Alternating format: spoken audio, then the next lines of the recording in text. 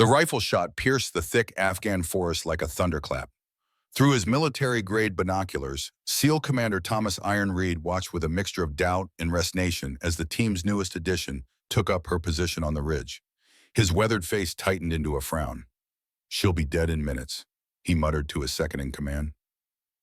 The dense canopy of eastern Afghanistan's forests concealed a dozen enemy fighters, all converging on the clearing where Reed's SEAL team was now vulnerable.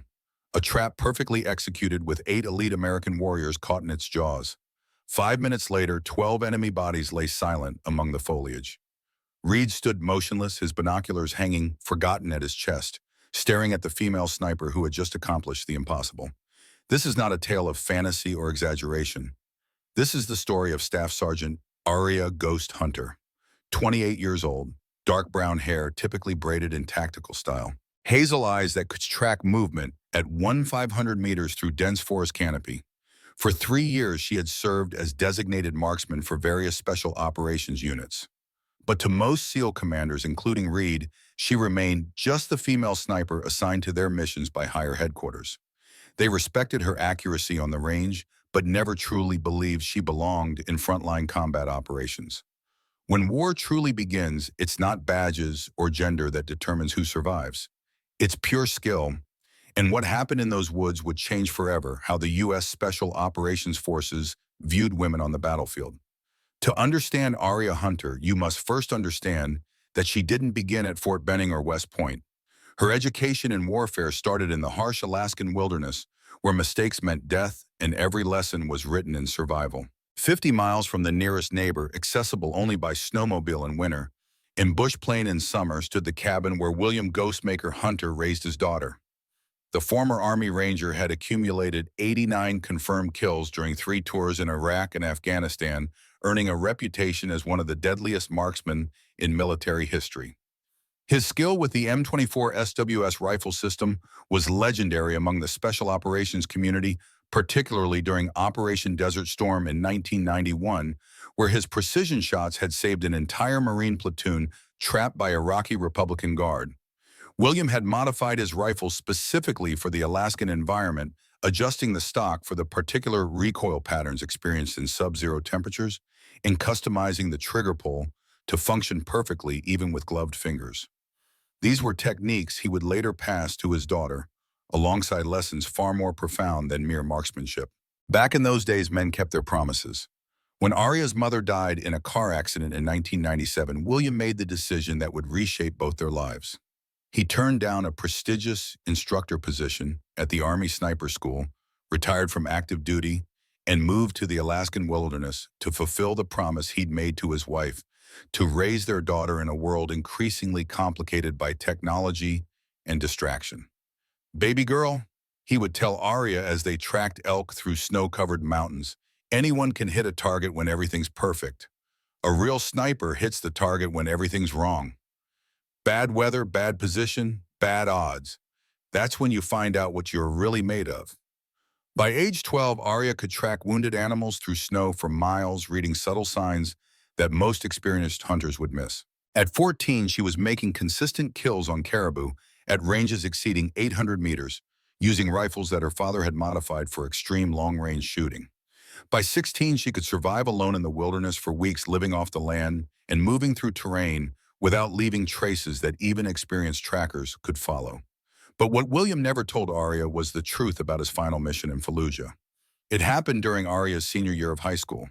While helping her father organize his storage shed for winter, she discovered a sealed mission report that had fallen behind an old trunk. The document was classified, its cover marked with warning signs and security clearances. Aria knew she shouldn't read it, but something in her father's recent behavior, his increased intensity during training, his occasional distant stares when he thought she wasn't looking, compelled her to break the seal. The report detailed a mission gone catastrophically wrong. William had been positioned as overwatch for a SEAL team extraction in Fallujah. The intelligence had been solid, the planning meticulous, but what happened next defied all expectations. William had missed a crucial shot, the only time in his career such a failure had occurred. That single missed sheet had allowed an enemy fighter to detonate an explosive device, killing 3 SEAL team members, including William's closest friend from his Ranger days, Master Chief Michael Blackwood. The official investigation cleared William of negligence, citing extraordinary environmental factors. But the pages of the report couldn't capture what Arya saw clearly in her father's subsequent behavior, the weight of unbearable guilt. The details of the missed shot revealed what had happened at the exact moment William needed to fire an unexpected dust devil had shifted the wind patterns. Any other sniper would have missed as well, but William held himself to a standard of perfection that allowed no excuses. The report included technical language about observer responsibility and the buddy system safety protocol in sniper teams. William had followed every procedure correctly, yet 3 men still died. The military had absolved him, but he couldn't forgive himself. Now Arya understood. Every freezing morning in the Alaskan wilderness, every grueling tracking exercise, every time her father pushed her beyond exhaustion, it wasn't just training, it was atonement. William wasn't just raising a daughter or creating a hunter. He was forging something he had failed to become: perfection. As she carefully resealed the document and returned it to its hiding place, Arya made a silent promise. She would become what her father needed her to be: not just good, not just excellent, but flawless. A sniper who would never miss even when everything went wrong. 4 years later, after graduating summa cum laude from the University of Alaska, with a degree in wilderness studies and ballistics, Arya enlisted. Her military aptitude tests shattered records. Her marksmanship scores during basic training left instructors speechless. During sniper school, she demonstrated an understanding of advanced concepts that typically took years to develop. She could calculate wind drift and bullet drop without instruments, read environmental conditions that other students couldn't detect. And most importantly, she possessed the psychological stability to make precision shots under extreme pressure. But despite her exceptional qualifications, Arya faced constant skepticism from male commanders who couldn't separate her gender from her capabilities. She was assigned to support roles, given safe missions, and constantly reminded that frontline combat was different from training exercises. This brings us to Commander Thomas Reed. At 42 years old, with 18 years of SEAL operations and 3 Bronze Stars, Reed commanded SEAL Team 6 with old-school attitudes forged in the crucible of combat. His 6'2" frame carried the physical evidence of a dozen close encounters with death: a scar across his left cheek from shrapnel in Kandahar, a slight limp from a bullet that had shattered his right femur in Mosul, and eyes that had seen too much death to ever fully return to civilian life. Reed had built his reputation on aggressive tactics and overwhelming firepower, believing that special operations required physical dominance and decisive action that overwhelmed the enemy. His preferred strategy: locate close with and destroy the enemy with superior training and firepower. In 18 years, it had rarely failed him. Reed belonged to the generation of warriors who had joined the military in the wake of 9/11 men who believed deeply in America's fight to protect freedom. His office at the forward operating base featured only 3 items: the American flag, a photograph of his SEAL team, and a framed quote from General Patton: "The object of war is not to die for your country, but to make the other bastard die for his." In Reed's worldview, men were warriors and women needed protection, a philosophy increasingly at odds with the modern special operations forces. But Reed's resistance to female operators wasn't rooted in simple misogyny or outdated thinking. The truth behind his prejudice lay in a tragedy that had occurred in Afghanistan in 2009. During a high-priority intelligence gathering mission in Kandahar, Reed had been assigned a female intelligence officer, Lieutenant Sarah Martinez. Reed had formally protested the assignment through the official non-concur protocol filing paperwork that explicitly stated his objections to including Martinez in a forward combat team. His protest had been overruled by command staff, citing the military's new integration policies. The mission proceeded as planned until their team encountered an unexpected Taliban checkpoint. In the ensuing firefight, Martinez was separated from the main group. Reed and his team fought desperately to reach her position, but they were too late. They found evidence that Martinez had been captured alive. 3 days later, Taliban forces released a video of her execution. Reed had watched the video once alone in his quarters. He then filed a report stating that integration policies had directly led to the death of a valuable intelligence asset and requested formal review of all female deployment protocols. The request was denied. The official response cited Martinez's death as a combat casualty, no different from any male operator who might have been in the same position. But Reed knew different. He had seen the specific brutality reserved for the female captive. He had heard her final words before the camera was shut off. Tell them I fought well. And he had made a silent vow that no woman would ever die under his command again, even if that meant keeping them away from danger and away from the opportunity to prove their worth. Cross is technically proficient. He would tell other officers when forced to work with female operators. But when bullets start flying and men are dying, you need someone with the psychological toughness to handle real combat. Support roles are more appropriate for female personnel. In May 2010, Reed sat at his desk in Bagram Air Base staring at a new deployment order with disbelief. Staff Sergeant Aria Hunter Sniper, support for SEAL Team 6. He tossed the document onto his desk. Lang, he called to his operations officer, get me the phone. We need to change this order.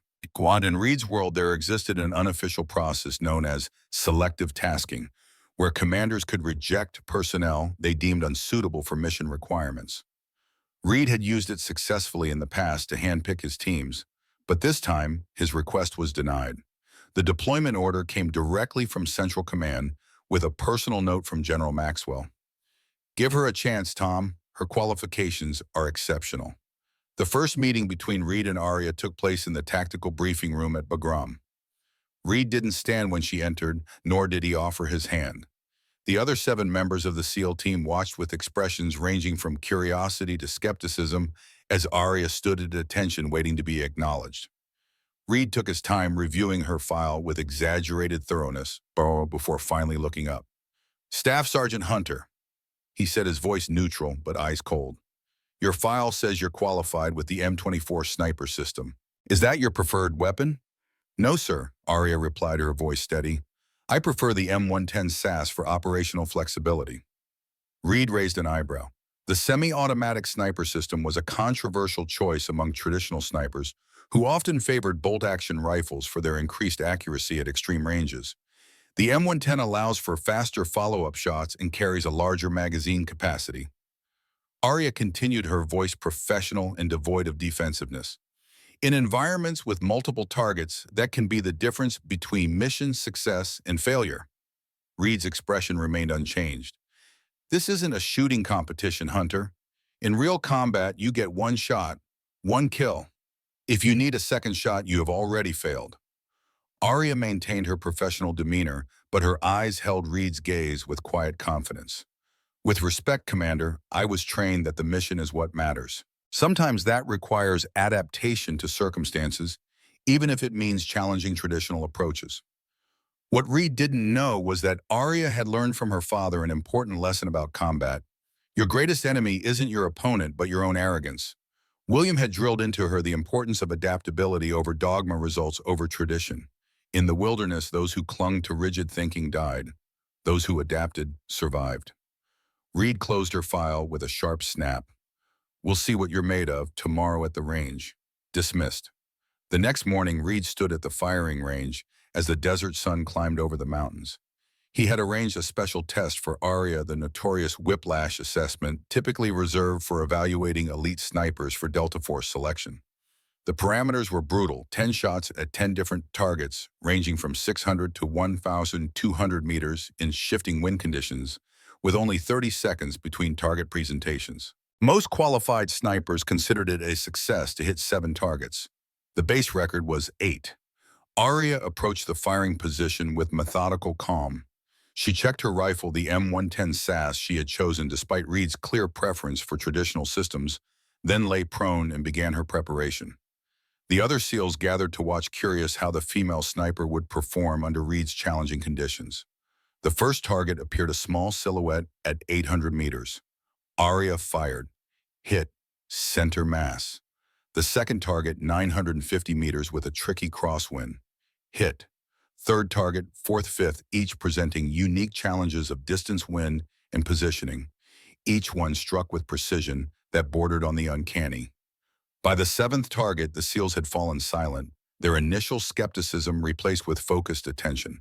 The younger operators had pulled out their phones recording her performance. The veteran operators simply nodded. They had seen similar feats during Desert Storm, when skills still mattered more than technology. When the 10th target appeared, a partial silhouette at 1,200 meters, with variable wind conditions. Arya took a breath, adjusted her scope minutely, and squeezed the trigger. The sound of the impact marker came seconds later. Another perfect hit. 10 for 10, a new base record. Reed stood, with his arms crossed as Arya secured her weapon and stood. Bantia isn't about hitting targets in ideal conditions, Hunter, he said, his voice betraying no impression of her accomplishment. It's about staying calm when everything falls apart and lives are at stake. Arya met his gaze without flinching. Yes, sir. That's when training matters most. Reed might have responded, but at that moment, an unexpected figure approached the range. Lieutenant Colonel Cameron. Old Eagle Blackwood, 68 years old, a legendary sniper from the Desert Storm era who now served as a special advisor to Joint Special Operations Command. His weathered face had seen more combat than most of the men on the base combined, from the invasion of Grenada in 1983 to the battlefields of Iraq in 81. Blackwood walked with the slight stiffness of a man whose body had endured decades of hard use, but his eyes missed nothing. He nodded to Reed, then turned his attention to Arya. That was some shooting staff sergeant, he said, his voice carrying the gravelly texture of years of command. Reminds me of another sniper I knew, William Hunter. Any relation? Arya's expression registered surprise before she controlled it. Yes, sir. He's my father. Blackwood smiled, the expression transforming his stern features. I thought so.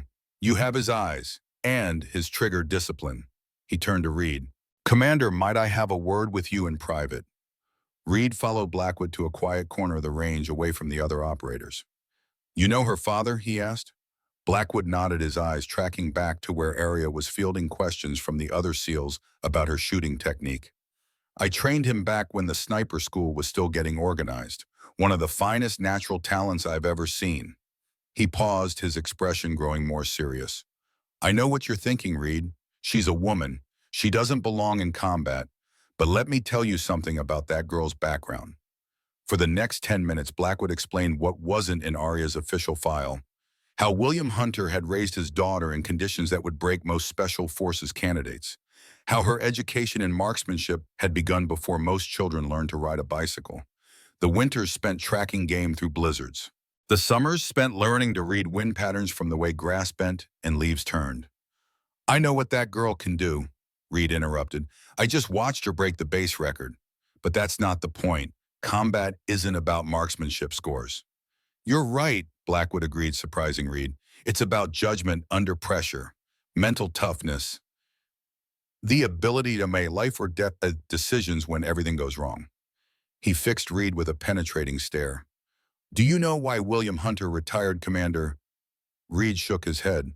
Official story is he left to raise his daughter after his wife died. True enough as far as it goes.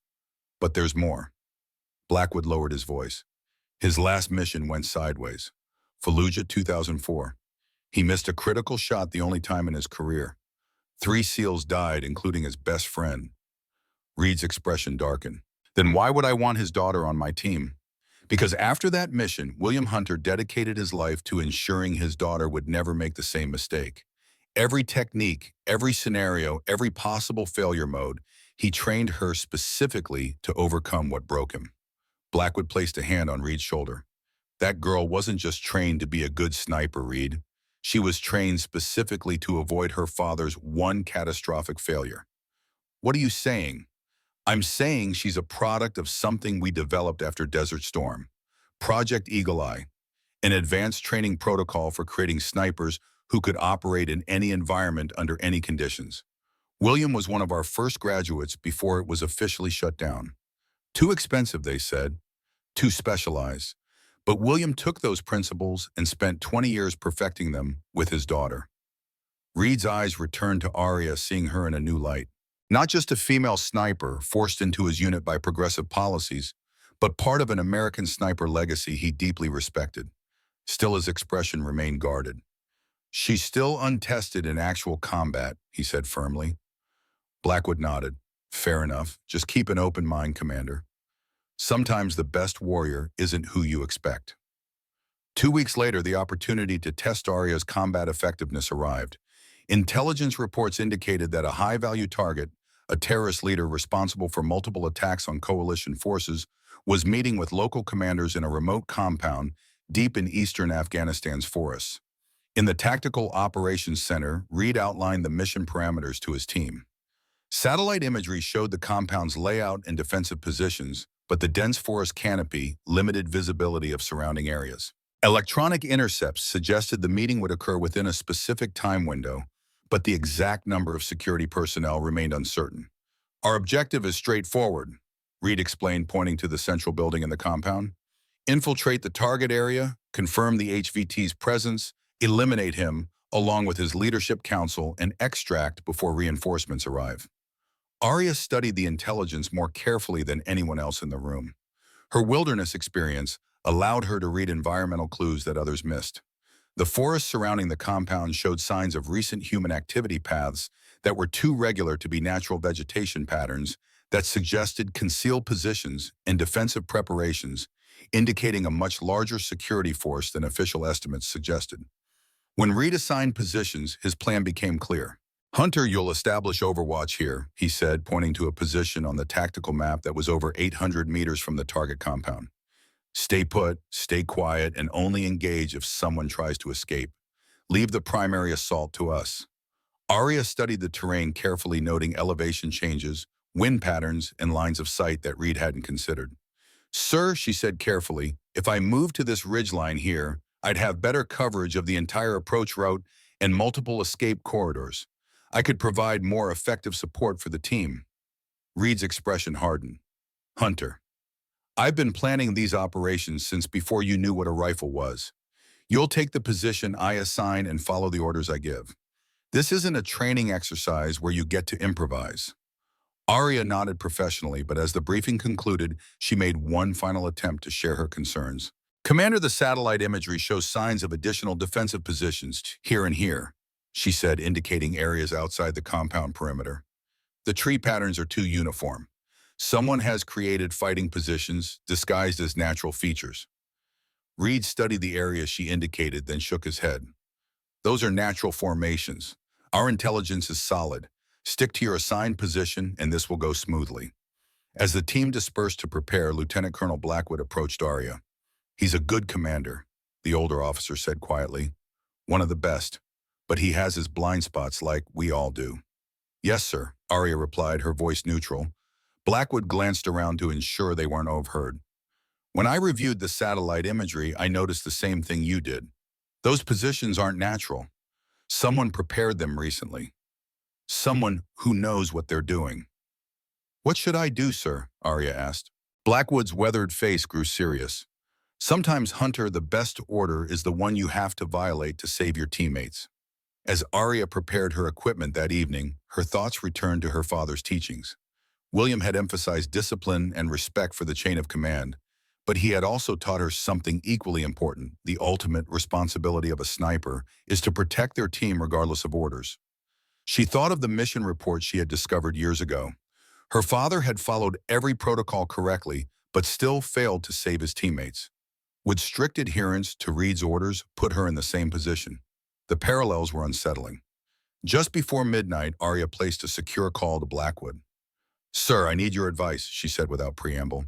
If I see something in the field that contradicts the mission parameters, what's my responsibility? Blackwood was silent for a moment. There was a time, Hunter, when snipers were expected to think independently on the battlefield. These days, everything is too managed, too structured. Sometimes you need to remember the fundamentals, which are protect your team, complete the mission, in that order. Blackwood's voice grew more intense. There's a reason Special Forces still recruit people like us. Not because we follow orders well, but because when everything falls apart, we know when to break the rules to get the job done. The insertion went perfectly. Reed's team moved through the forest with the practiced silence of elite operators, while Arya established her position exactly where ordered. Through her scope, she could see the compound clearly, a cluster of buildings surrounded by defensive positions that looked exactly as intelligence had described. But as Arya scanned the surrounding forest, she began noticing details the preliminary reconnaissance had missed. Enemy positions too well concealed to be seen from satellite imagery. Movement patterns suggesting a much larger security force than intelligence estimates. Most importantly, defensive preparations indicating the enemy might be expecting company. Her scope revealed camouflage fighting positions expertly constructed to blend with natural terrain. Radio antennas disguised as dead branches. Weapon caches hidden beneath false vegetation. The defensive preparations were too sophisticated for a routine security detail. This was a carefully planned defensive network designed to destroy any assault force. Phantom, this is Steel. Reed's voice crackled through her earpiece. We're beginning our approach. Maintain overwatch and report any movement. Arya tracked Reed's team through her scope as they moved toward the compound. 8 SEAL operators advancing in perfect formation, confident in their training and firepower. But through her magnified optics, she could also see what they couldn't enemy fighters positioning themselves for an ambush that would trap the entire SEAL team in a crossfire. Steel, this is Phantom. I'm seeing movement in the tree line approximately 50 meters north of your position. Multiple fighters taking defensive positions. Phantom, maintain radio discipline. We don't see any immediate threats. Continue overwatch. Arya bit back her frustration. Reed's team was walking into a carefully prepared ambush, but his confidence in his own tactical assessment was preventing him from recognizing the danger. She could see at least 12 enemy fighters maneuvering to surround the SEAL team, but from Reed's ground-level perspective, they remained invisible. As Reed's team approached the exact position where the enemy wanted them, Arya made her decision. She would not watch 8 American warriors die because of prejudice and pride. She had trained her entire life for precisely this moment when conventional tactics failed and unconventional solutions were the only option. Through her scope, Arya could see the forest floor about to erupt with gunfire. The SEAL team had seconds before they walked into perfect kill zone. Reed's order echoed in her mind. Stay put, stay quiet. Blackwood's countering wisdom followed. Sometimes the best order is the one you have to violate to save your teammates. Arya made her choice. She would save her team even if it cost her career. As she gathered her equipment to relocate to a better firing position, a memory surfaced, her father sitting beside her after a particularly difficult training session in the Alaskan winter. His words, spoken softly as they watched the northern lights dance across the sky, had stayed with her all these years. A real sniper doesn't just know when to shoot, Arya. A real sniper knows when not to shoot. And most importantly, a real sniper takes responsibility for both decisions. Arya keyed her radio one final time. Steel, this is Phantom. You're walking into an ambush. 12 hostiles, multiple positions. I'm relocating to provide effective coverage. Stand by. Reed's response was immediate and harsh. Negative, Phantom, maintain your position and await instructions. But Arya was already moving, her decision made. Her father had followed orders and lost his team. She would break them and save hers. The fate of 8 American warriors now rested on her ability to reach an effective firing position before the ambush was triggered. As she melted into the forest, moving with the ghostly silence that had earned her call sign, Arya knew she had crossed a line from which there was no return. Either she would save her team and face the consequences, or she would fail as her father had failed, with the weight of lost lives on her conscience forever. The choice had been made. Now only execution remained. Moving through dense forest with equipment that weighed over 60 pounds required skills that couldn't be taught in any military school. Arya Hunter flowed through the undergrowth like a ghost, using deer trails and natural concealment to approach the enemy positions without detection. Every step was calculated, every movement designed to keep her invisible while closing the distance to an effective shooting range. 20 years of navigating the Alaskan wilderness had prepared Arya for exactly this moment. In Alaska, moving silently wasn't just a tactical advantage, it was survival. Make too much noise tracking a moose, and you went hungry. Make too much noise near a grizzly, and you died. These lessons, etched into her muscle memory through thousands of hours of practice, now guided her movements as she rapidly traversed the difficult terrain. The radio in her ear crackled with increased chatter. The SEAL team was nearing the point of no return, the perfect center of the ambush that awaited them. Reed's confident voice issued final instructions to his men, completely unaware of the trap about to be sprung. Arya had approximately 3 minutes before the shooting started. 3 minutes to reach a firing position that would give her clear lines of sight to all 12 enemy fighters. 3 minutes to set up her rifle, calculate wind conditions, and prepare for the most important sequence of shots in her life. The position she chose wasn't the one Reed had assigned. It was a rocky outcrop that gave her clear lines of sight to all 12 enemy positions while keeping her concealed from their view. Setting up her rifle in this location required climbing techniques she had learned in Alaska and fieldcraft that came from years of hunting in impossible terrain. As she settled into position, Arya's mind entered what her father called the sniper's space, a state of heightened awareness where time seemed to slow down and every detail became crystalline in its clarity. Through her scope, she could see Reed's team desperately trying to approach the compound. They were professional soldiers using good tactics, but they were moving into a killing field meticulously prepared by an enemy who had chosen the battlefield and set the terms of engagement. The first enemy fighter shifted position, bringing his rifle to bear on the approaching SEALs. Arya had seconds to act. Phantom, this is Steele. Approaching phase line Bravo. Report status. Reed's voice came through her earpiece, still expecting her to be at the original Overwatch position. Arya didn't respond. Breaking radio discipline now would only distract from what needed to be done. The time for talk had passed. Now was the time for action. Through her scope, Arya identified the enemy commander, a fighter coordinating the ambush through hand signals and radio communications. Eliminating him would disrupt their command structure and create the confusion she needed to systematically destroy the rest of the force. The shot parameters flashed through her mind with automatic precision. Distance 547 meters. Wind variable gusting through forest canopy at approximately 8 to 10. Target mobile partially concealed behind natural cover. This was the kind of shot that separated real snipers from people who could just hit stationary targets on a range. The kind her father had prepared her for throughout her life. Arya controlled her breathing, feeling her heart rate slow to the rhythm her father had trained into her years ago. The crosshairs settled on the enemy commander's center mass, accounting for wind drift and the slight upward angle. She exhaled half her breath and held it, finger applying steady pressure to the trigger. The rifle fired. 547 meters away, the enemy commander dropped instantly, his radio and binoculars scattering, and his body fell. The coordinated ambush immediately began to lose cohesion as the remaining fighters tried to figure out where the shot had come from. Arya was already acquiring her second target, a machine gunner, who was preparing to pour devastating fire into Reed's position. The angle was more difficult this time, requiring her to shoot through a gap in the forest canopy that would barely wider than her bullet. Second shot, second kill. The psychological impact of losing their commander and heavy weapons specialist sent ripples of confusion through the enemy force.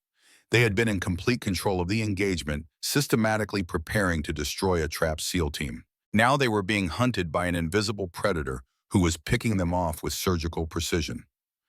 Contact, contact. Reed's voice crackled through the radio, taking fire from multiple positions. Where the hell did they come from? Arya's third and fourth shots came within seconds of each other. She had identified two fighters who were trying to flank Reed's position, and she eliminated them with a technique her father had taught her: rapid target acquisition that allowed her to engage multiple threats without losing momentum. Each shot was a masterpiece of precision marksmanship. Wind conditions varied between targets, forcing Arya to adjust her calculations for each engagement.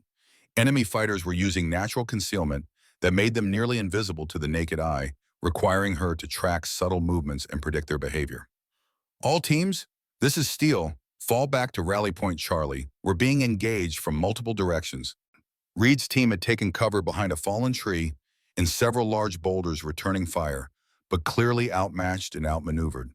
Without Arya's intervention, they would be systematically destroyed. Steele, this is Phantom, Arya finally responded, her voice eerily calm amid the chaos. I have visual on all enemy positions. I can eliminate the threat, but I need you to hold position and let me work. There was a moment of stunned silence before Reed's voice returned, filled with a mixture of anger and disbelief. Phantom, where the hell are you? You were ordered to maintain position at Overwatch Alpha. Negative, Steele. I've relocated to more advantageous terrain. I count 12 hostiles in prepared positions. I'm engaging them now. Keep your heads down. By the time she fired her fifth shot, the remaining enemy fighters were beginning to panic. They had been executing a perfect ambush against a trapped SEAL team, but somehow they were being systematically destroyed by an opponent they couldn't see or locate. The psychological pressure of being hunted was breaking their discipline and exposing them to further attacks. Arya's sixth and seventh shots eliminated two fighters who were trying to escape through the forest. They had abandoned their positions and were running for safety, but Arya tracked their movement through dense vegetation and stopped them with shots that would have impressed Olympic marksmen. The eighth, ninth, and 10th shots came as the remaining enemy fighters tried to consolidate into a defensive position. But Arya had anticipated their movement and positioned herself to engage them as they exposed themselves. Each shot was calculated for maximum effect, eliminating threats with the cold efficiency of a professional killer. Reed and his team watched in stunned silence as an enemy force that had nearly destroyed them was being systematically dismantled by an unseen ally. Through their own scopes and night vision devices, they could see enemy fighters dropping one after another, each shot finding its mark with impossible precision. The 11th shot eliminated a sniper who had been targeting Reed's medic. Arya had spotted the muzzle flash from his concealed position and returned fire before he could engage a second target. The shot traveled through forest undergrowth that should have made accuracy impossible, but Arya's bullet found its mark with mathematical precision. The 12th and final shot was the most difficult. The last enemy fighter had taken cover behind a fallen log that provided excellent protection from most angles. But Arya had positioned herself to exploit the one gap in his defenses, a shooting lane that was barely 6 inches wide and required her to thread her bullet between two tree trunks. The shot was perfect. The threat was eliminated. 5 minutes after the ambush began, 12 enemy fighters lay dead in the forest, and Reed's SEAL team was alive and unharmed. The engagement that should have destroyed an elite American unit had instead become a demonstration of precision marksmanship that redefined what one sniper could accomplish in combat. "Phantom, this is Steel." Reed's voice carried a tone that Arya had never heard from him before. Complete respect mixed with amazement. "I need you to explain to me what just happened." Arya keyed her radio calmly. "Threat eliminated, sir. Ursha is secure. Recommend we continue with primary mission." In the aftermath of Arya's intervention, Reed reorganized his team and proceeded with their original objective, eliminating the high-value target in the compound. With the security force neutralized, the operation proceeded smoothly. The terrorist leader and his council were eliminated in a surgical strike that went exactly as planned. But as the team approached the extraction point, Arya noticed something unusual about the enemy fighters she had eliminated. Their equipment and tactics were too sophisticated for typical insurgents. Their communications gear was high-end, their weapons well-maintained, and their ambush had been executed with precision that suggested professional military training. As she examined the body of the enemy commander through her scope, something caught her attention.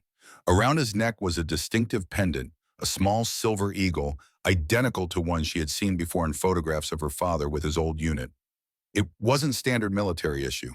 It was a custom piece that William Hunter had commissioned for members of his special operations team during Desert Storm. Arya's blood ran cold. This wasn't a random encounter. The similarities to her father's failed mission weren't coincidental. The ambush had been set using the same tactical principles that had defeated her father's team in Fallujah. Principles that weren't taught in any military manual, but were developed by a select group of operators who had served together. As the helicopter approached for extraction, Arya's mind raced with implications. Her father's final mission hadn't been a simple failure caused by environmental factors. It had been engineered by someone who knew exactly how William Hunter operated, someone who knew his weaknesses, someone from his past. The helicopter landed in a clearing 2 kilometers from the compound. Reed's team secured the perimeter while the wounded were loaded first. Despite the success of the mission, 2 SEALs had sustained minor injuries during the initial moments of the ambush. As Arya approached the helicopter, Reed stepped in front of her, his face a complex mixture of emotions. "Hunter," he said, his voice barely audible over the rotor wash. "We need to talk." Once aboard, as the helicopter lifted off and banked toward the base, Reed sat across from Arya in the cargo bay. For several minutes, he said nothing, simply studying her with new eyes. The other team members glanced between them, sensing the tension, but unable to hear their conversation over the engine noise. Finally, Reed leaned forward. "You disobeyed a direct order." "Yes, sir," Arya replied, making no attempt to justify her actions. "You abandoned your assigned position without authorization." "Yes, sir." Reed's jaw tightened. If you had followed orders, my entire team would be dead right now, including me. He paused, the admission clearly difficult for him. I've never seen anything like what you did back there. 12 targets, 5 minutes. Perfect shooting under impossible conditions. Arya remained silent, waiting. I owe you an apology, Hunter. Reed continued, the words coming with visible effort. What you saw that I didn't. How did you know? The forest, sir, Arya explained. The patterns weren't natural. In Alaska, you learn to read the landscape, what belongs and what doesn't. The defensive positions were well disguised, but they altered the natural flow of the terrain. Reed nodded slowly. And the shooting 12 for 12 in those conditions, that's beyond anything I've seen in 18 years of special operations. My father taught me that anyone can shoot well in perfect conditions. A real sniper hits when everything is wrong. Bad weather, bad position, bad odds. Something in her words seemed to reach Reed on a level beyond professional assessment. For the first time, he looked at Arya not as a female operator forced into his unit, but as a warrior who had saved his life and the lives of his men. Your father taught you well, Reed said quietly, then almost to himself, maybe too well. The helicopter ride back to base was completed in silence, but something fundamental had changed. The wall of prejudice that had separated them hadn't just cracked, it had shattered completely. Upon returning to base, Reed ordered his team to begin processing the intelligence gathered from the compound, while he and Arya reported to the Tactical Operations Center. Lieutenant Colonel Blackwood was waiting for them, his expression revealing nothing about what he might already know. Mission successful, sir, Reed reported formally. HVT eliminated, intelligence materials secured. He paused, then added, Staff Sergeant Hunter's intervention prevented significant casualties. Her actions were decisive and skillfully executed. Blackwood's eyes moved to Arya. Intervention. Reed explained the ambush and Arya's response in clinical detail, his report a masterpiece of understatement that nevertheless conveyed the extraordinary nature of what had occurred. When he finished, Blackwood nodded thoughtfully. Staff Sergeant Hunter, I'd like to speak with you privately. Commander Reed, please complete your after-action report. We'll debrief in 1 hour. In Blackwood's office, Arya stood at attention until the older officer waved her to a seat. At ease, Hunter. What you did today wasn't just good shooting. It was extraordinary judgment under pressure. His weathered face grew serious. But there's something else, isn't there? Something about those fighters bothered you. Arya hesitated and uncertain how much to reveal about her suspicions. The enemy commander was wearing a distinctive pendant, sir. A silver eagle. It was identical to one my father had made for members of his special operations team during Desert Storm. Blackwood's expression didn't change, but his eyes sharpened with intense focus. Are you certain?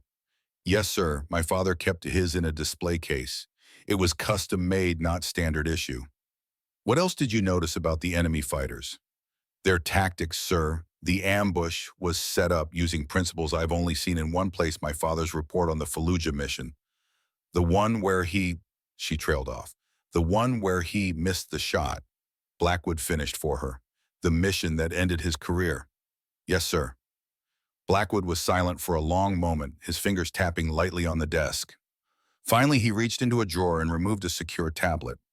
After entering a complex password, he turned the screen toward Arya. Do you recognize this man? And the photograph showed a soldier in desert camouflage standing next to Arya's father. Both were younger, their faces unmarked by the years of combat that would follow. The stranger had sharp features, cold blue eyes, and a predatory smile that didn't reach those eyes. No, sir, Arya replied, but he's wearing the same eagle pendant. His name is Victor Dracon, former Special Forces, served with your father during Desert Storm. Brilliant tactician, exceptional soldier. Also a sociopath. Blackwood swiped to another photograph, this one a mugshot. After the war, he was discharged for conduct unbecoming. Went private sector, then disappeared. Intelligence suggests he's been selling his services to various terrorist organizations for the past decade. Arya studied the face, trying to reconcile this information with what she knew about her father's career. Was he involved in the Fallujah mission? Not officially, Blackwood replied carefully, but your encounter today suggests he may have been on the other side of that operation. He deactivated the tablet and returned it to the drawer. This information is classified Hunter. What happened today may be connected to events that go back decades. Events involving your father. Sir, I need to know what's happening. If this involves my father, what you need, Blackwood interrupted firmly, is to focus on the current mission. Commander Reed has requested another operation based on intelligence recovered today. You've earned his respect, no small accomplishment. For now, that's what matters. Arya wanted to press further, but years of military discipline held her in check. Yes, sir. Blackwood's expression softened slightly. Your father was a good man, Hunter. One of the best I ever served with. Whatever happened in Fallujah, it wasn't his fault. Remember that. The next morning, Reed called a briefing for what the team was now calling Operation Silent Thunder 2. The intelligence recovered from the compound had revealed the location of another high-value target, the regional commander responsible for coordinating multiple terrorist cells throughout eastern Afghanistan. In the Tactical Operations Center, Reed outlined the mission parameters with his typical precision. But when he reached the assignment of positions, he surprised everyone. Staff Sergeant Hunter will be our primary sniper for this operation, he announced, making eye contact with Arya. Based on her performance yesterday, she's earned the right to select her own Overwatch position. A murmur of approval ran through the team. The rest of us will provide support and security while Hunter takes the shot.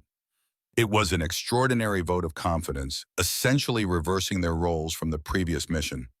Reed was placing the success of the entire operation on Arya's shoulders, on publicly acknowledging both her skill and his new respect for her judgment. As the briefing continued, Arya studied the satellite imagery and topographical maps with intense concentration. The target location was a mountain village near the Pakistan border, an area known for its difficult terrain and hostile population. The high-value target was expected to arrive within a 48-hour window, giving them limited time to set up and execute the operation. When Reed concluded the briefing, he asked questions. Arya spoke up. Sir, the approach route through this valley creates a significant vulnerability. The ridgeline provides perfect overwatch positions for enemy observers. She indicated an alternative route on the map. This approach is longer but offers better concealment and multiple extraction options if things go wrong. Reed studied her suggestion, then nodded. Good catch, Hunter. We'll take the alternate route. He looked around at the team. Any other concerns? The mission planning continued with Arya fully integrated into the decision-making process. Where yesterday she had been marginalized and her input dismissed today, her assessment was actively sought and her recommendations adopted without hesitation. As the team dispersed to prepare their equipment, Reed approached Arya. A word, Hunter, they moved to a quiet corner of the operations center away from the others. Reed's expression was difficult to read, a mixture of professional respect and personal uncertainty. I want to be clear about something, he said, his voice low. What you did yesterday saved my team, but it was still a violation of direct orders. He held up a hand to forestall her response. A violation I'm grateful for, but it raises a question I need answered before we proceed. Sir, if I give you an order on this mission that you believe is wrong, will you disobey again? It was a complex question that cut to the heart of military discipline. Arya considered her answer carefully, aware that her response would define their working relationship going forward. In a perfect world, sir, we would have time to discuss tactical disagreements before execution, she said finally. But combat rarely gives us that luxury. She met his gaze directly. My first loyalty is to the mission and the team. If following an order would endanger either, I would make the same choice again. Reed studied her for a long moment, then nodded slowly. That's what I thought you'd say. A hint of a smile touched the corner of his mouth. It's what I would do too in your position. He extended his hand. We understand each other, Hunter. As they shook hands, Arya realized something profound had changed. Reed wasn't just acknowledging her skill or making a professional accommodation. He was treating her as an equal, a fellow warrior, worthy of respect regardless of gender. That evening, as Arya prepared her equipment for the coming mission, Lieutenant Colonel Blackwood visited her quarters. I've been reviewing the after-action reports, he said without preamble. 12 confirmed kills in 5 minutes under those conditions. It's unprecedented. He sat heavily on the chair opposite her. But it's not just the shooting that interests me.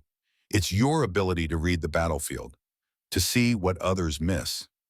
My father taught me to look beyond the obvious, sir. Yes, he did. Blackwood's expression grew distant. William had a gift for pattern recognition.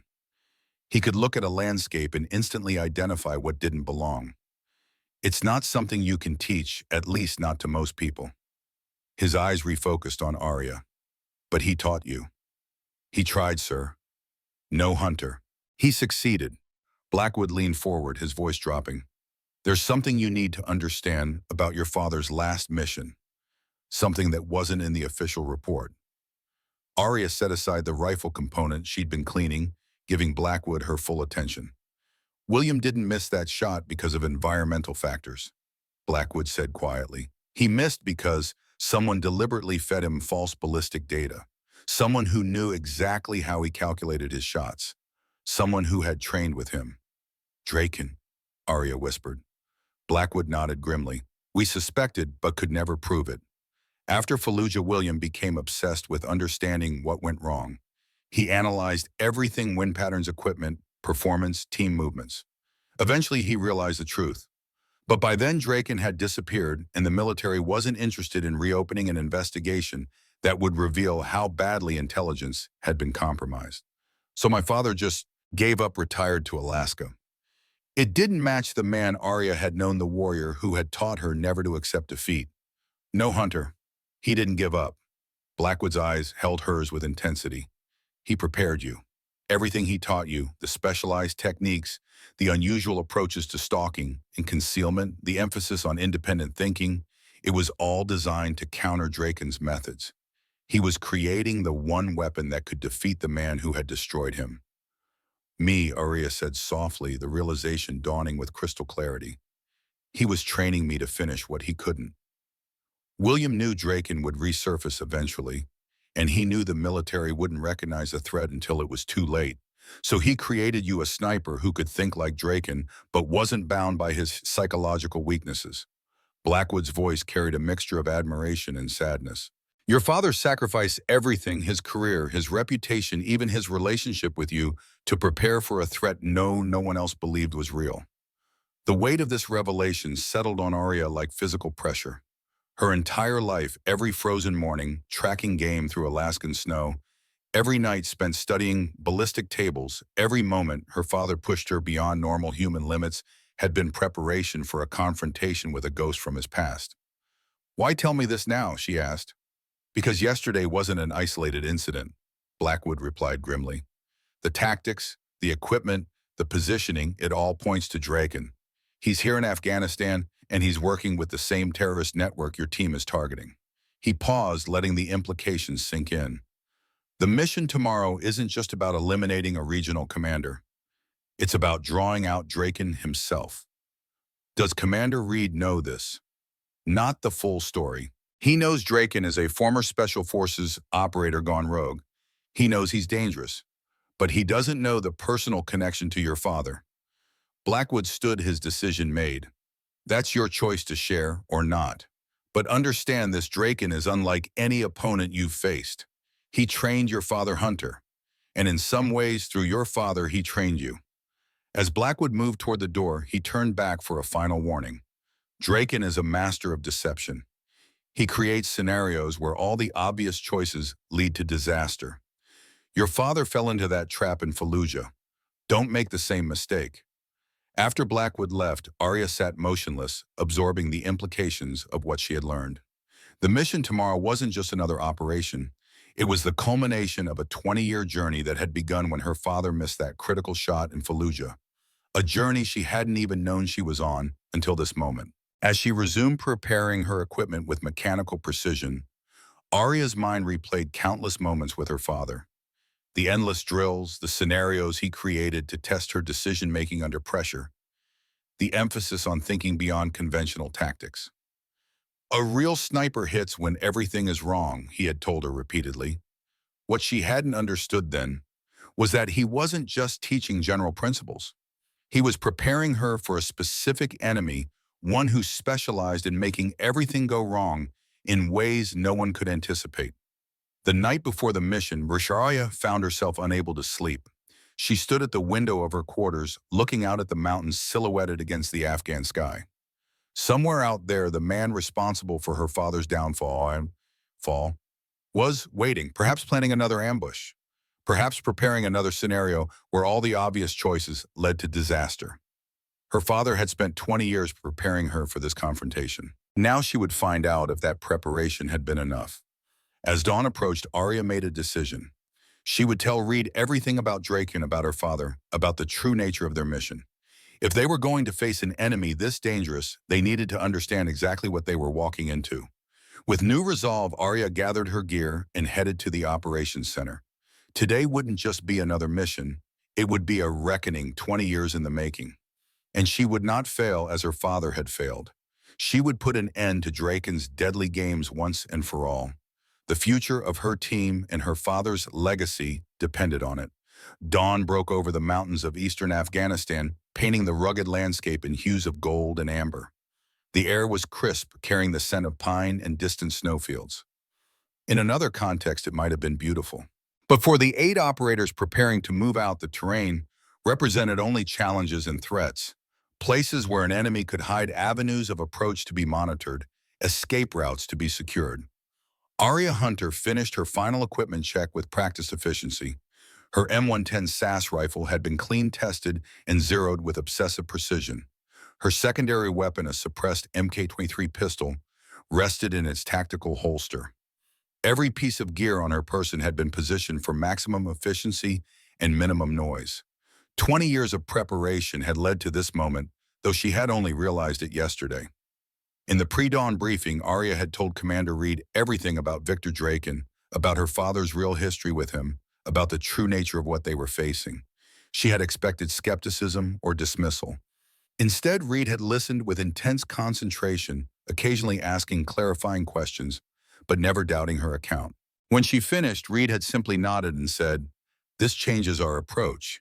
If Draken is as good as you say, he'll be expecting conventional tactics. We need to give him something he won't anticipate." Then he had done something unprecedented in Arya's experience with military leadership. He had asked her to outline a strategy based on what she knew of Draken's methods. Now, as the team prepared to board the helicopters that would insert them near the target village, Reed approached Arya with purpose in his stride. "Final check, Hunter. You confident in the plan?" "Yes, sir," Arya replied, securing her night vision equipment. "But Draken is adaptable. He'll have contingencies for most scenarios." Reed's weathered face showed no concern. "So do we. That's why you're taking point on this. You understand how he thinks better than anyone." The plan they had developed inverted conventional special operations doctrine. Instead of a coordinated team assault with sniper support, Arya would move in alone with the SEAL team, following at a distance to provide security and backup. It was a high-risk strategy that placed enormous responsibility on Arya's shoulders, but it also created a scenario Draken wouldn't expect a single operator using his own tactics against him. "One last thing," Reed said, his voice dropping so only Arya could hear. "Whatever happens out there, your father would be proud." The simple statement, delivered without sentiment or emphasis, affected Arya more deeply than any formal recognition could have. Reed wasn't just acknowledging her skills or her contribution to the team. He was recognizing the legacy she carried, the culmination of her father's life work. "Thank you, sir," she replied, maintaining her professional demeanor despite the emotion rising in her throat. The insertion went flawlessly. 2 Black Hawk helicopters delivered the team to a landing zone 5 kilometers from the target village. Under normal circumstances, they would have approached as a unit with point men, flankers, and rear security moving in coordinated formation. But today, once the landing zone was secured, Arya separated from the main group and disappeared into the pre-dawn darkness alone. Her father's voice seemed to accompany her as she moved through the rough terrain. "The forest has a language," he had told her countless times during their hunts in Alaska. "Learn to read it, and nothing can hide from you. Learn to speak it, and nothing can find you." Arya read the landscape with the fluency of a native speaker. Every displaced stone, every bent branch, every pattern of disturbed vegetation told a story. And as she approached the outer security perimeter of the target village, that story became increasingly clear. Draken had been here. His signature was evident in the positioning of observation posts, the carefully engineered sight lines, the subtle misdirection that would guide conventional attackers into prepared killing zones. It was eerily similar to what she had faced 2 days earlier, but with refinements that suggested Draken was adapting his approach. He was learning, evolving his tactics based on their previous encounter. This realization sent a chill through Arya that had nothing to do with the morning cold. Draken wasn't just setting a trap, he was setting one specifically designed for her. Through her communications earpiece, Reed's voice came in a whisper. "Phantom, this is Steele. Status report." "Phantom here," Arya responded softly. "Outer perimeter is expected.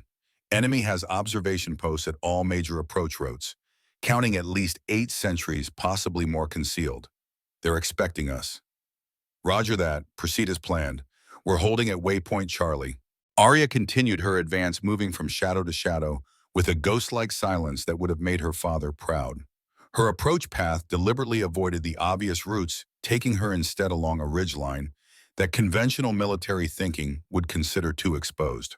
But Arya wasn't thinking conventionally. She was thinking like Draken, anticipating where he would expect threats and deliberately positioning herself elsewhere. As she neared the village, Arya settled into a concealed observation position that gave her clear lines of sight to the central gathering area, where intelligence indicated the regional commander would appear. The village was beginning to stir with early morning activity, women preparing meals, children feeding livestock, men gathering for morning prayers. Among them moved armed fighters, their weapons carried openly, their manner suggesting they were the true authority here. Arya scanned each face methodically, comparing them to the intelligence photos she had memorized. The regional commander wasn't visible yet, but several of his known associates were present. More tellingly, there was a palpable tension in the way the fighters moved, the heightened alertness, the frequent radio checks, the subtle positioning that created interlocking fields of fire around the village center. They were preparing for something. For the next hour, Arya maintained her observation, documenting personnel movements, identifying defensive positions, and searching for any sign of Draken himself. Her patience was absolute, another gift from her father, who had taught her to remain motionless for hours while hunting the wary caribou of the Alaskan tundra. "Movement at the north entrance," she reported quietly. "Vehicle convoy approaching. 3 trucks, approximately 15 personnel." "Can you identify the target?" Reed's voice was calm, professional. Arya adjusted her scope, focusing on the lead vehicle as it entered the village. "Negative. Windows are tinted, but security posture is consistent with HVT protocols." The vehicle stopped in the central square. Armed men immediately established a security perimeter as the doors of the center SUV opened. A tall figure emerged, surrounded by bodyguards, who positioned themselves to block clear lines of sight to their principal. Through years of training, Rhea had developed the ability to detach her conscious mind from the emotional centers of her brain during an operation. But as she observed the security details' movements, something broke through that professional detachment. The positioning wasn't random or merely protective. It was a specific formation, one she had seen diagrammed in her father's notebooks. "Steele, this is Phantom," she whispered, her voice tight with controlled urgency. "Security detail is using echelon formation Delta. That's a Draken signature. He's here." There was a moment of silence before Reed responded. "Confirm, Phantom. Proceed with Phase 2. Phase 2 of their plan called for Arya to eliminate the high-value target with a precision shot, creating confusion that would allow the SEAL team to advance and secure the area. But now, with confirmation of Draken's presence, the dynamics had changed.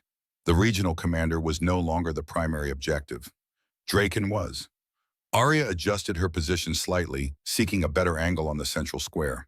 The bodyguards maintained their disciplined formation, making it impossible to get a clear shot at either the regional commander or identify which of the security personnel might be Draken himself. As she watched the group move toward a building at the eastern edge of the village, a 2-story structure that stood slightly apart from the others. The security formation never wavered, maintaining perfect spacing and positioning that denied any clear shot. "Target is moving to structure east of the square," Arya reported. "No shot available." "Hold position," Reed instructed. "We'll proceed with the secondary plan." The secondary plan was more aggressive. The SEAL team would create a diversion at the western edge of the village, drawing security forces away from the high-value target and potentially forcing Draken to reveal himself as he repositioned his assets. 20 minutes later, the sound of an explosion rocked the western perimeter of the village. Immediately, the security posture around the eastern building changed. Guards moved with practiced discipline, some reinforcing the immediate perimeter around the structure, while others moved toward the disturbance.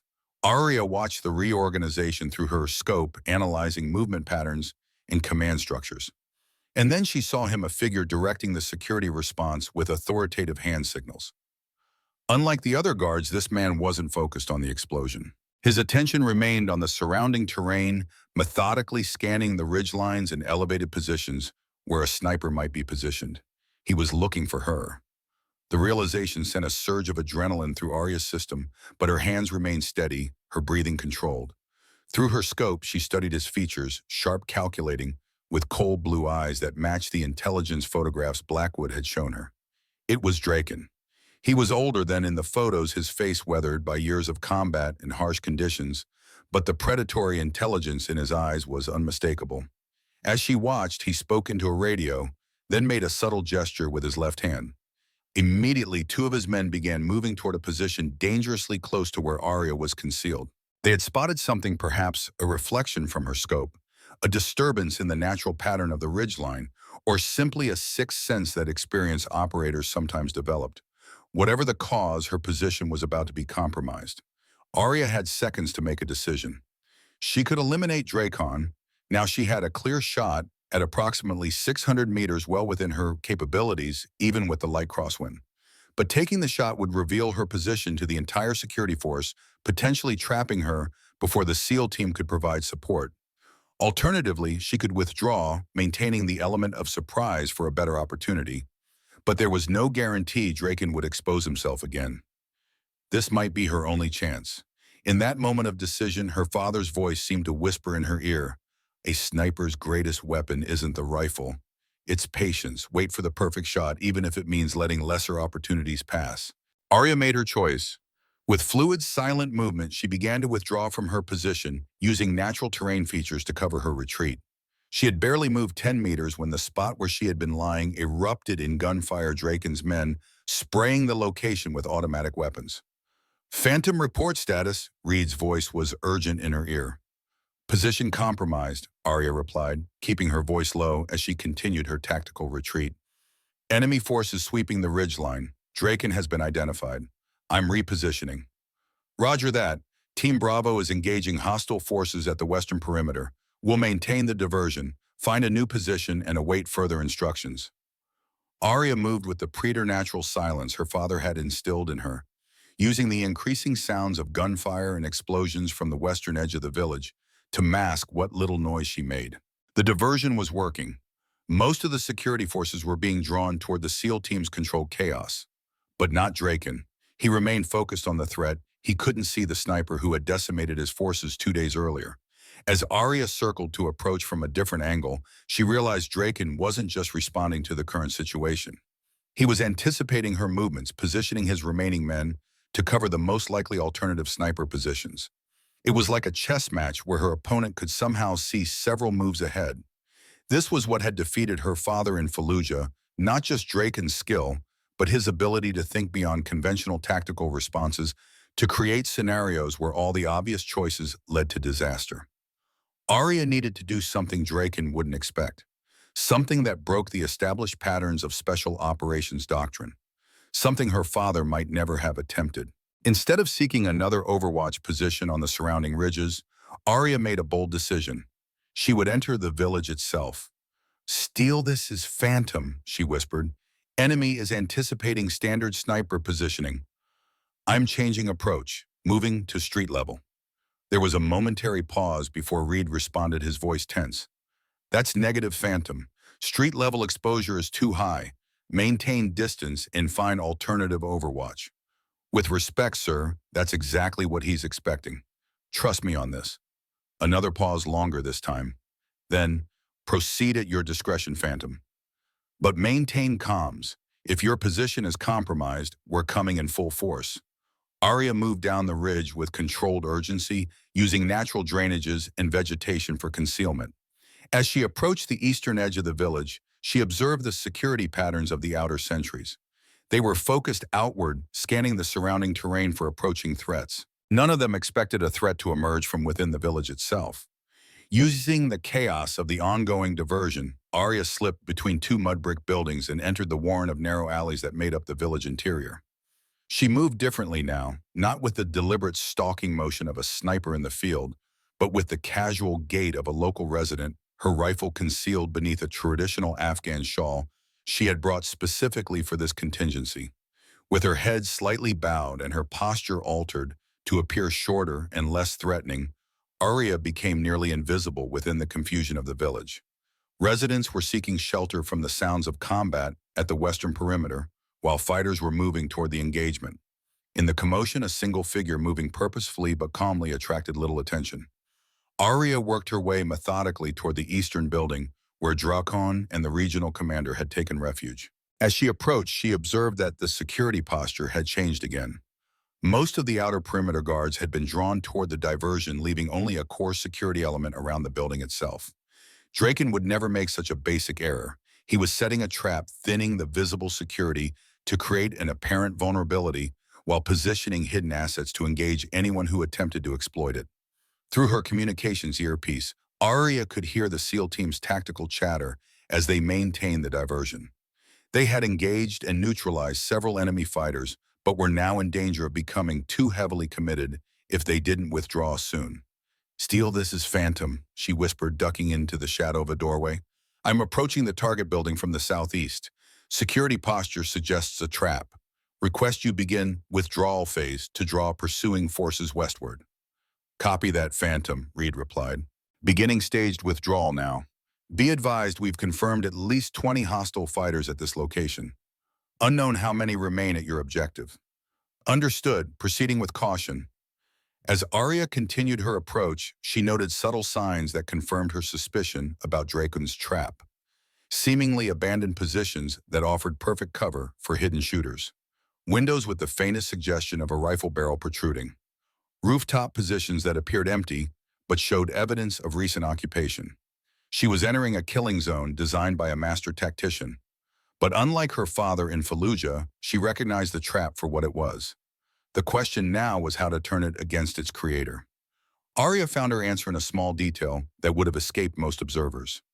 The eastern building featured a traditional Afghan bread oven, a tandoor built into an exterior wall. These ovens typically connected to interior kitchen spaces, sometimes with access points for feeding fuel or removing ash. It was a potential entry point that Draken's security measures might have overlooked, focusing instead on conventional access routes. Moving with deliberate care, Arya approached the structure housing the tandoor, using the increasing gunfire from the western withdrawal to cover her movements. The oven was active, the family that owned the building apparently continuing their daily bread making, despite the nearby conflict, a common occurrence in regions where warfare had become routine. When the baker stowed away momentarily, Arya slipped into the small alcove containing the oven. A quick examination confirmed her theory. The rear of the tandoor connected to an interior space through a small access hatch used for feeding the fire. It would be a tight fit, but possible. Ensuring no one was watching, Arya removed the shawl covering her tactical gear and carefully extracted her rifle, setting it aside temporarily. The access hatch was hot, but not actively burning. Using her tactical gloves for protection, she removed the metal cover and peered inside. Beyond was a darkened storage area connected to the main house. With practiced efficiency, Arya slipped her rifle through first, then contorted her body to follow, moving with the flexibility that had allowed her to navigate the narrow game trails of Alaska. The space beyond was tight but navigable, a storage room for wood and household supplies. A door connected this space to what sounded like a kitchen area. Through the thin wood, Arya could hear voices speaking Pashto, women and children, the family that owned the home now apparently restricted to the kitchen while their house was used by the fighters. Arya needed to bypass the kitchen without alerting the civilians. The last thing she wanted was collateral casualties or hostages. Examining the storage room carefully, she identified another option, a small ventilation opening near the ceiling that likely connected to a central hallway. With careful movements that made minimal noise, Arya used storage shelves to climb toward the opening. It was barely large enough for her to squeeze through, but again, her father's training in moving through confined spaces during winter, survival exercises proved invaluable. Emerging into a narrow hallway, Arya could now hear male voices from the front of the house, the distinctive clipped tones of fighters receiving instructions. Among them was a voice speaking accented English, Draken, issuing commands to his security detail. They're withdrawing west, but maintain full security here, the voice said. This is exactly what I would do in their position. The sniper is still out there looking for an opening. Arya allowed herself a grim smile. Draken was right about her intentions, but wrong about her position. He was still looking outward, scanning the surrounding terrain for a threat that was already inside his perimeter.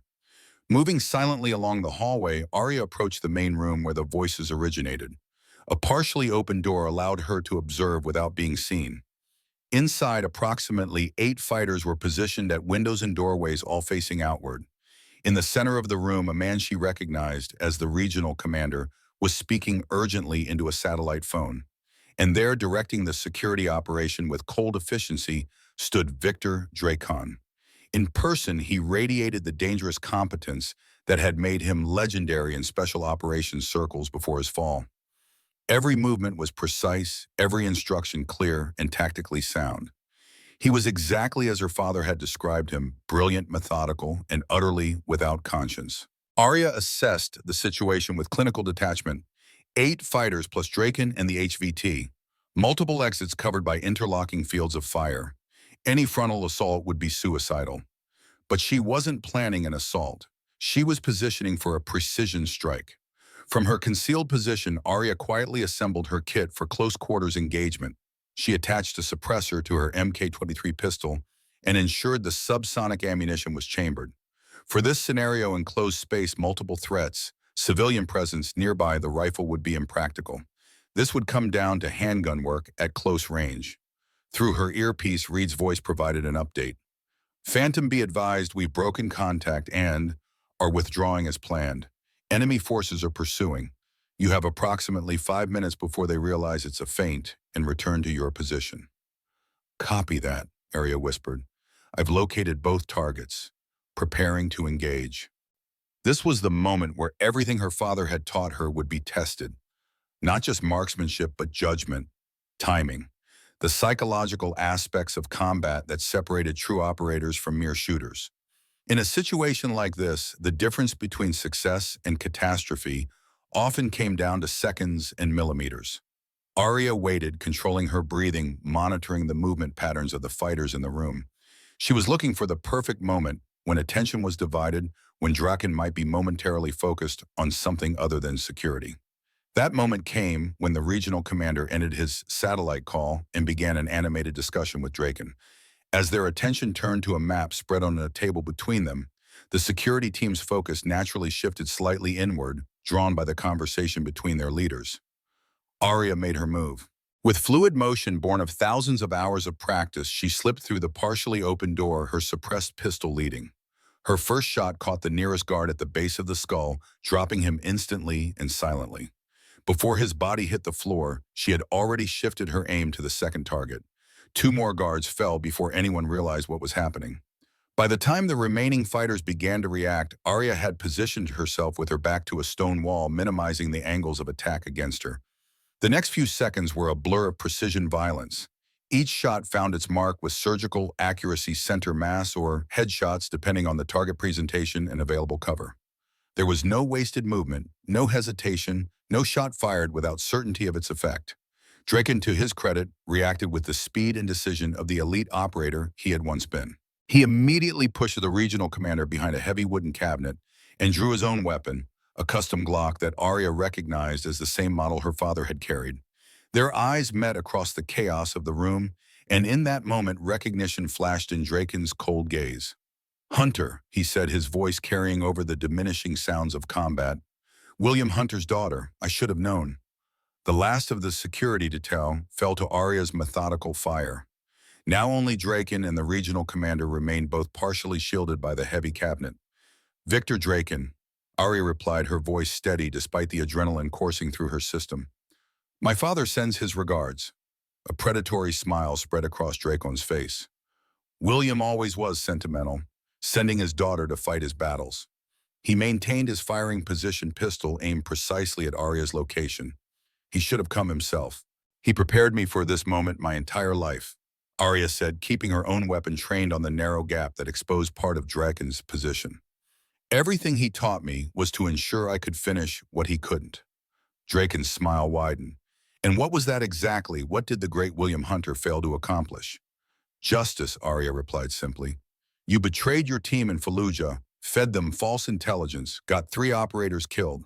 My father spent the rest of his life wondering why. I think I deserve an answer before I complete his mission. A cold chuckle escaped Draken's lips. Business, nothing more. The highest bidder got my services.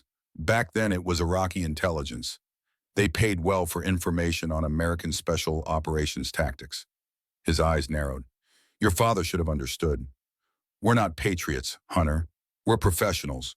Loyalty goes to whoever values our skills most highly.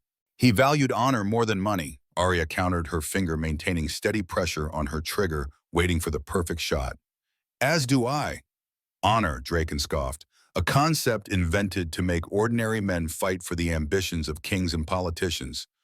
We're beyond that, you and I. We are predators in a world of sheep. As he spoke, Draken was subtly adjusting his position, seeking a better angle for his own shot. Arya recognized the technique, engaged the target in conversation while maneuvering for advantage. It was another lesson from her father, one that Draken himself had likely taught him years ago.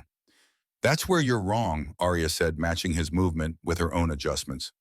We're not the same. I protect the sheep from predators like you. Draken's expression hardened. Your father said something similar in Fallujah just before he missed the shot that would have saved his team. A cruel smile played at the corner of his mouth. Did he ever tell you why he missed? It wasn't the wind. It wasn't equipment failure. It was hesitation. For one critical second, William Hunter couldn't pull the trigger on a man he had once called brother. The revelation struck Arya like a physical blow. Her father, the perfectionist, who had drilled into her the importance of absolute certainty before taking a shot, had hesitated at the most crucial moment of his career. Not because of environmental factors or technical challenges, but because of a human connection, a bond of brotherhood that even betrayal couldn't completely sever.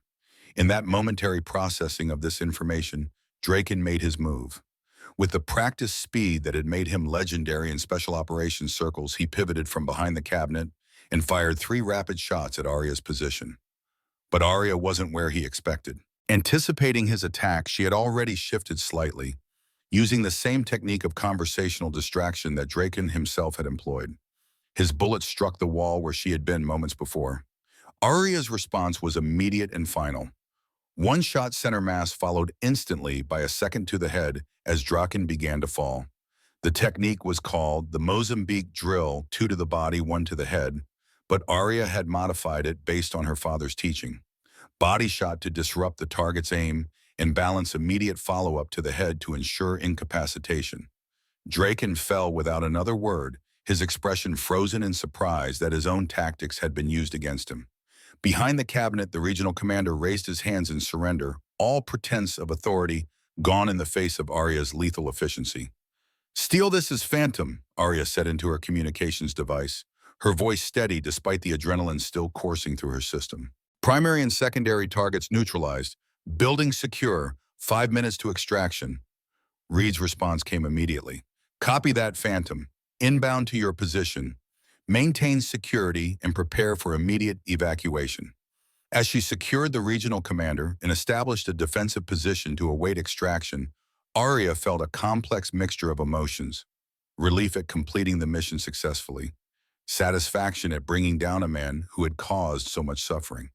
But also a strange emptiness, where she had expected to find closure. Draken was dead. The man who had betrayed her father and caused the failure that defined the rest of his life was gone. Yet the victory felt incomplete somehow, as if a crucial piece of the puzzle remained missing. The extraction went smoothly. Reed's team secured the perimeter while the regional commander was processed for intelligence value and prepared for transport. Helicopter extraction arrived within the planned window, and the entire team was airborne within minutes, leaving behind a village encased in a legend that would grow with each retelling.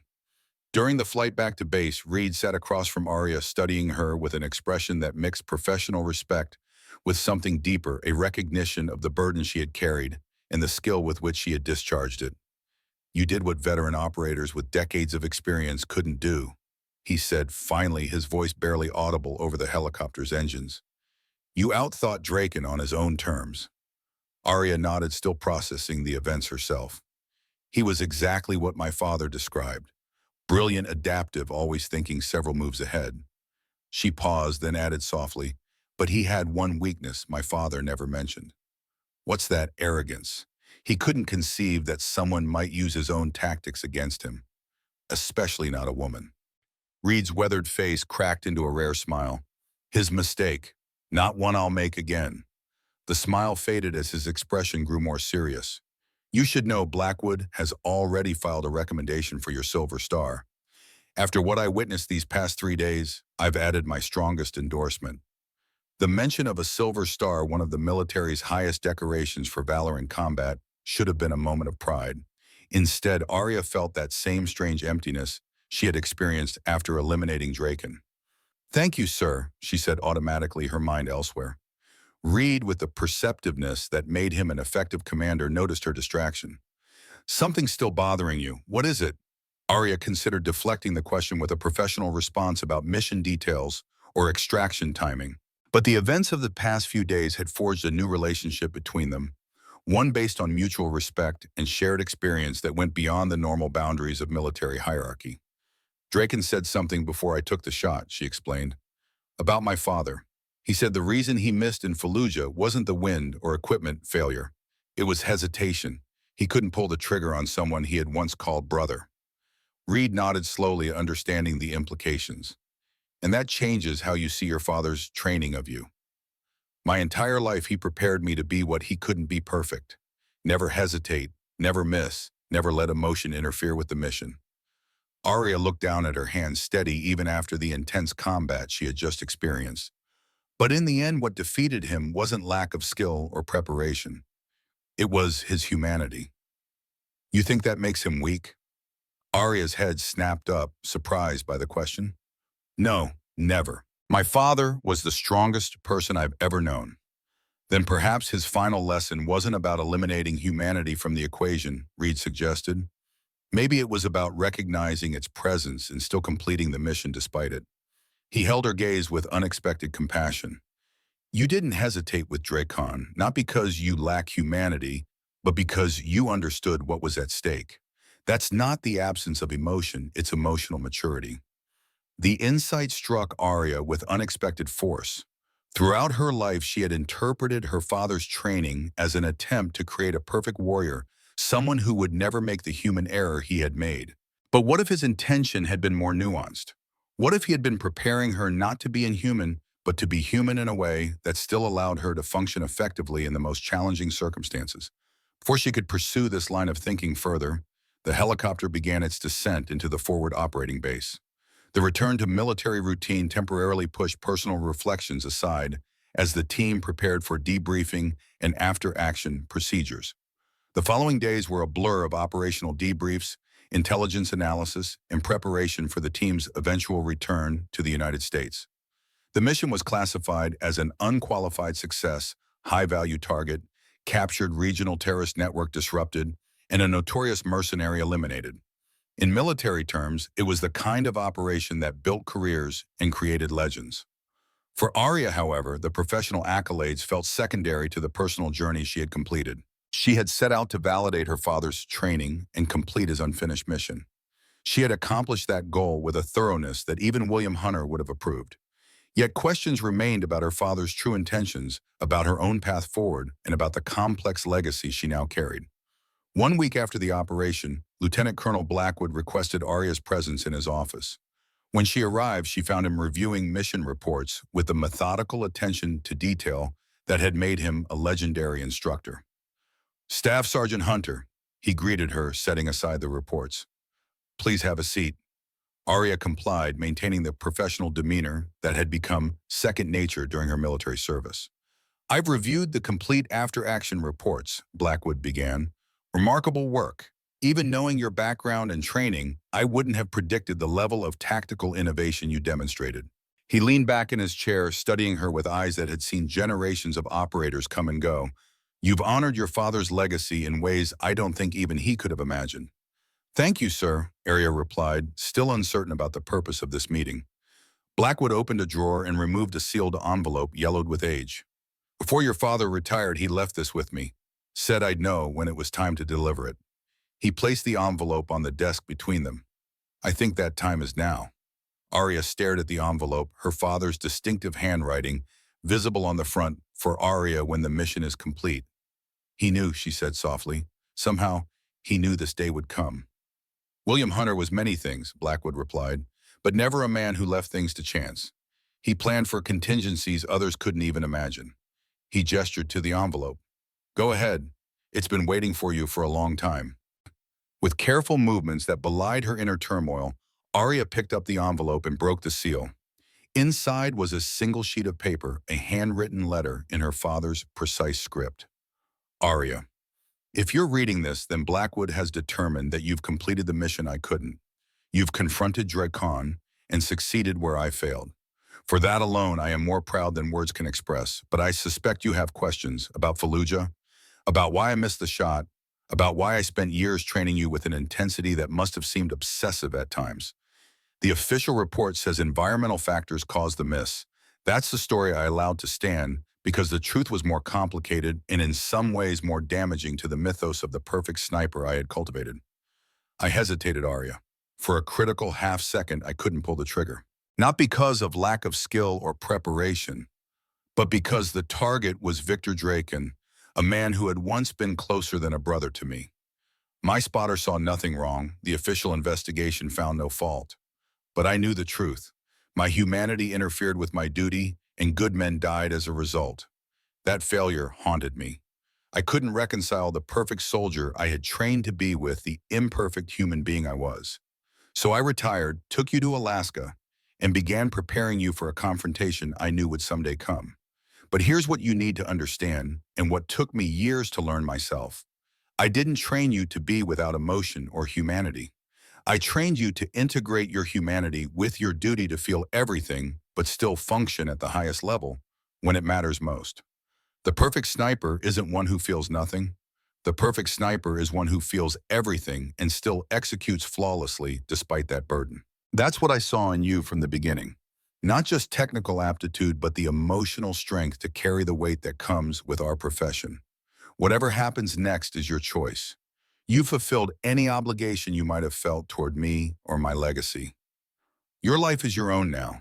If you choose to continue in the profession of arms, do it because it calls to you, not because of my expectations or legacy. Know that I am proud of the warrior you've become, but even prouder of the woman you are. That has always been true regardless of whether you ever fired a shot in combat. With love and respect, your father Arya read the letter twice, then carefully folded it and returned it to the envelope. When she looked up, her eyes were clear, but held a depth of emotion that Blackwood recognized immediately. He understood, she said simply. Blackwood nodded. Better than you might have realized. William wasn't just a great sniper. He was a man who understood the cost of the profession in a way few ever achieve. He paused, allowing her time to process.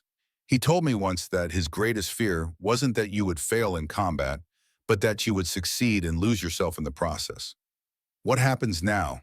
Arya asked the question encompassing far more than her immediate military future. That depends on what you want, Blackwood replied. Your performance has opened doors that rarely exist for operators at your experience level. JSOC has expressed interest in bringing you into their advanced training division. Commander Reed has requested you for his permanent team roster. There are other opportunities as well if you're interested. Arya considered these options with the methodical thoroughness her father had instilled in her. Each represented a path forward in the profession she had trained for since childhood. Each offered challenges and opportunities that most operators would consider the pinnacle of their careers. Yet something else tugged at her thoughts, a passage from her father's letter that resonated more deeply than she had expected. Your life is your own now. For 20 years, she had been following a path laid out by her father's expectations and training. She had become exactly what he had prepared her to be, an operator of exceptional skill and judgment. But now that the mission was complete, what did she want? I need some time, sir, she said finally, to consider my options. Blackwood nodded unsurprised. Take all the time you need, you've earned it.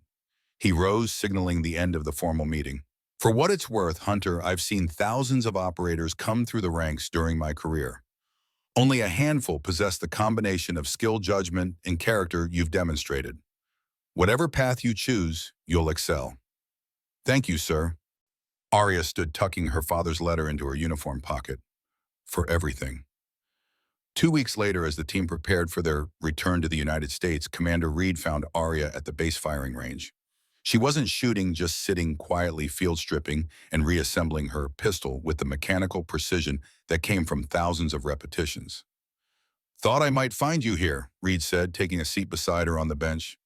Old habits, Arya smiled slightly. Something like that. Reed watched her hands move through the familiar pattern of weapon maintenance, neither rushing nor hesitating.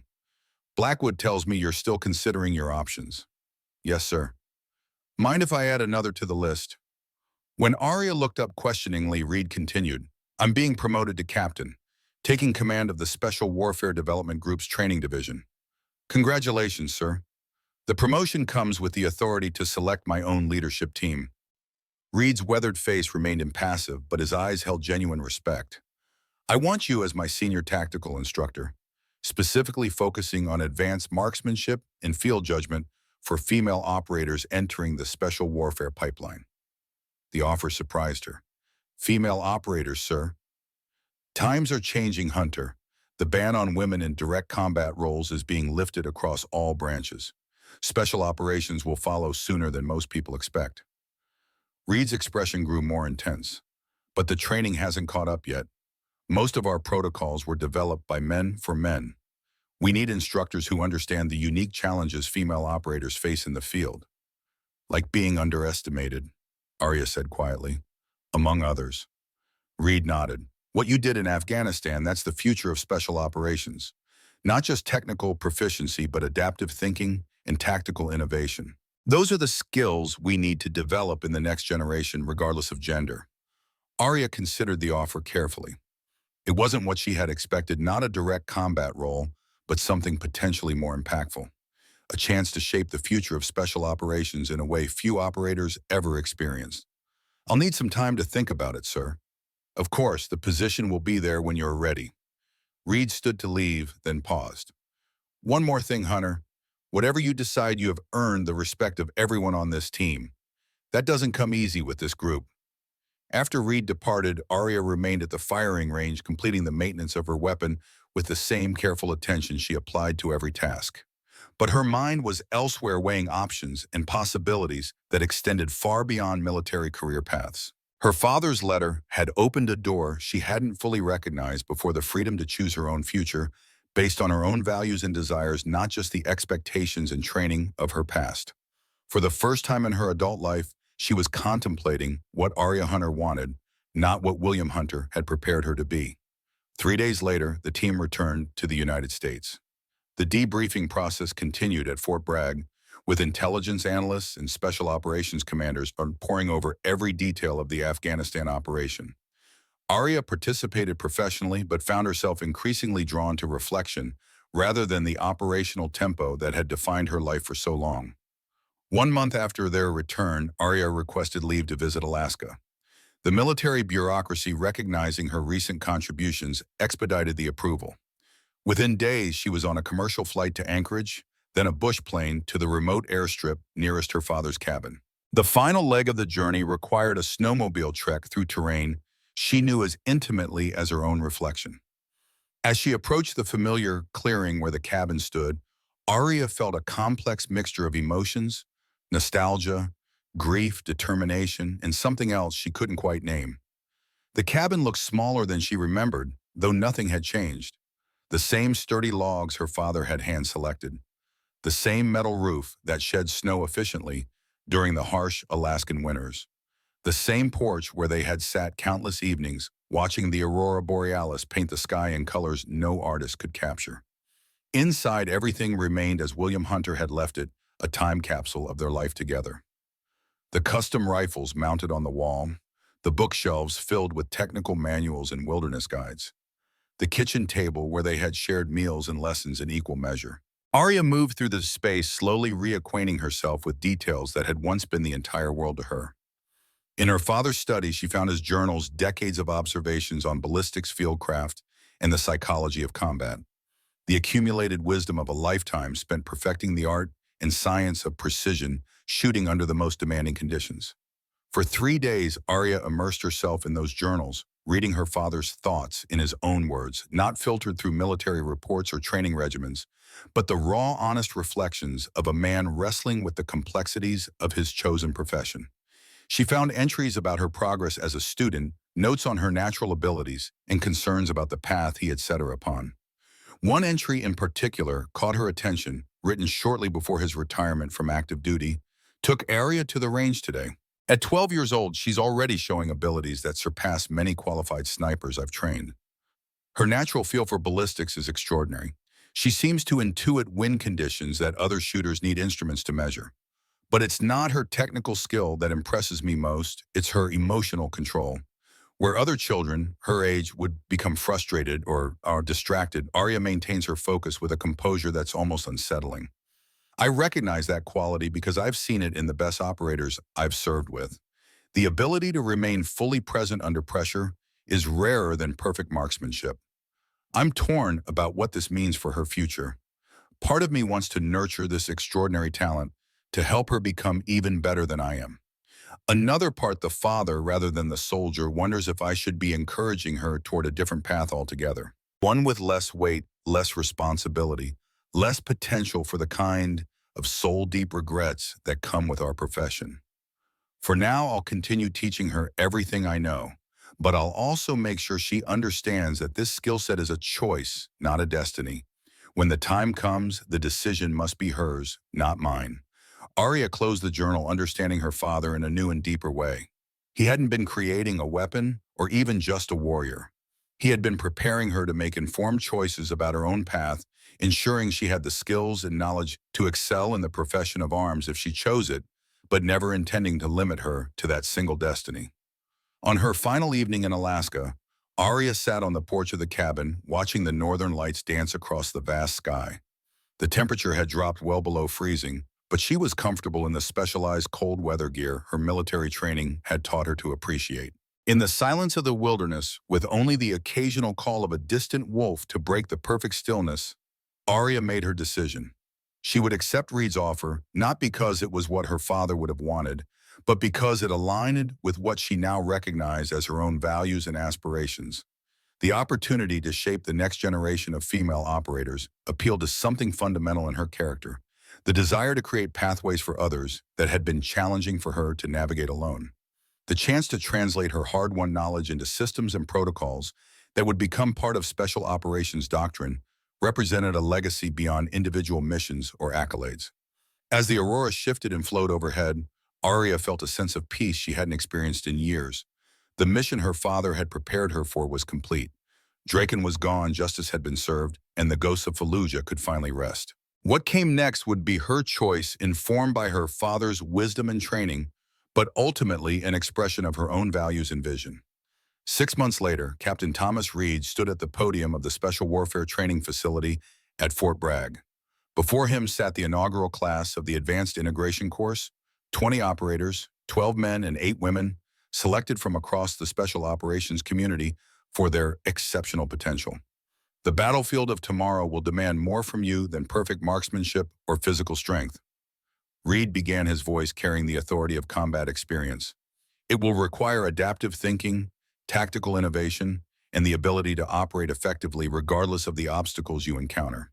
He gestured to the figure standing at parade rest beside the podium. To help prepare you for those challenges, I've selected an instructor who exemplifies these qualities. Someone who has demonstrated the highest levels of technical proficiency, tactical judgment, and combat leadership under the most demanding conditions imaginable. Arya Hunter stepped forward, her posture reflecting the disciplined poise that had been instilled in her since childhood. Now a newly promoted Master Sergeant, her uniform bore the distinctive insignia of the Special Warfare Development Group and the Silver Star she had earned in Afghanistan. Master Sergeant Hunter will be your primary instructor for advanced marksmanship and tactical decision-making. Reed continued, her methods may challenge conventional doctrine at times, but I assure you there is no one better qualified to prepare you for the realities of modern special operations. As Arya took the podium, she surveyed the faces before her, men and women who represented the future of American special operations. Each had already proven themselves exceptional by the standards of conventional forces. Each had been selected because they possessed the potential to redefine what was possible in their profession. "Good morning," she began, her voice calm but carrying an intensity that immediately commanded attention. "My name is Master Sergeant Area Hunter. Some of you may have heard stories about what happened in Afghanistan last year. Some of those stories might even be true." A ripple of quiet laughter moved through the group. "But I'm not here to tell war stories.